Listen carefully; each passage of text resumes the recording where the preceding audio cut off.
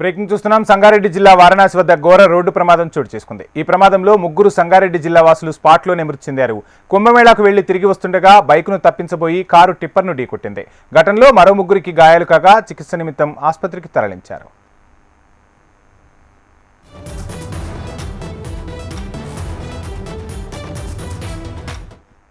సంగారెడ్డి జిల్లా వారణాసి వద్ద ఘోర రోడ్డు ప్రమాదం చోటు చేసుకుంది. ఈ ప్రమాదంలో ముగ్గురు సంగారెడ్డి జిల్లా వాసులు స్పాట్లోనే మృతి చెందారు. కుంభమేళాకు వెళ్లి తిరిగి వస్తుండగా బైక్ను తప్పించబోయి కారు టిప్పర్ను ఢీకొట్టింది. ఘటనలో మరో ముగ్గురికి గాయాలు కాగా చికిత్స నిమిత్తం వారిని ఆసుపత్రికి తరలించారు.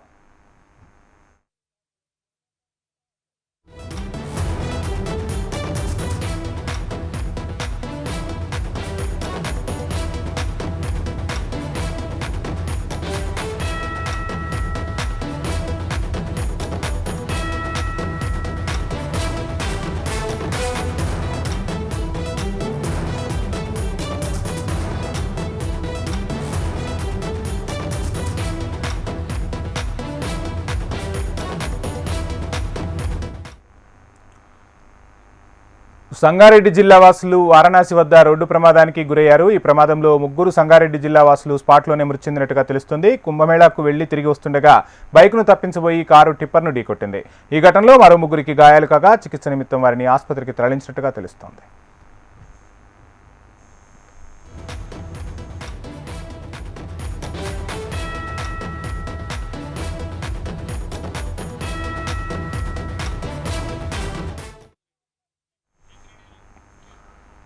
ఘటనకు సంబంధించిన ఓవరాల్ డీటెయిల్స్ మా ప్రతినిధి యోగానంద్ రెడ్డి అందిస్తారు. యోగానంద్, ఈ న్యాల్కల్ జహీరాబాద్ లో ఇరిగేషన్ డీగా పనిచేస్తున్న వెంకట్రామరెడ్డి, అతని భార్య విలాసిని రెడ్డి, డ్రైవర్ మల్లారెడ్డితో కలిపి కొద్ది రోజుల క్రితం